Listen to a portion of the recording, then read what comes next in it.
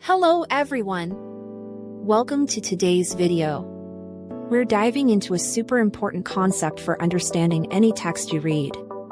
We're going to talk about an author's claim. It sounds a bit formal, but it's really quite simple and incredibly useful. So, what exactly is an author's claim? Think of it as the main point the author wants to make. It's their central argument. It's the core idea they are trying to convince you of. It's not just the subject of the writing. For example, if an article is about dogs, that's the topic. But the claim might be dogs make the best emotional support animals for children. See the difference? One is a general subject, the other is a specific viewpoint or argument about that subject. An author's claim is always something that can be debated. Someone could agree, or someone could disagree with it. If it's just a fact, it's not a claim.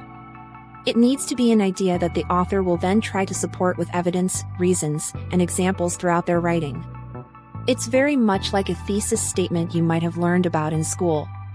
It usually appears early in an essay or article, often in the introduction, but it can also be restated or clarified in the conclusion. Why is it important to identify an author's claim? Well, knowing the claim helps you understand the whole text much better. It gives you a roadmap for the entire piece of writing. Once you know what the author is trying to prove, you can see how all the different parts of their writing fit together. It helps you read critically. You can then ask yourself, does the author provide good evidence for this claim, or is their reasoning sound and logical? This way, you don't just passively read. You actively engage with the material. It helps you form your own informed opinions too, rather than just accepting what you read.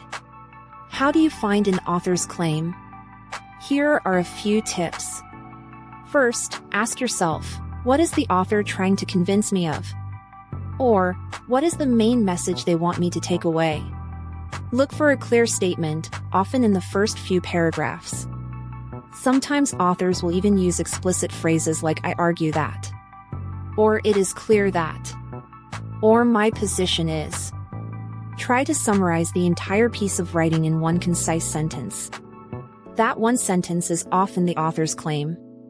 Think about the problem or question the author is trying to address.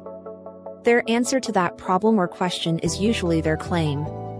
For instance, if an article discusses different types of exercise, the claim might be high-intensity interval training is the most effective way to burn fat quickly. This is a specific, debatable point the author will then try to prove with data and examples. Another common example could be, social media use significantly negatively impacts teenage mental health.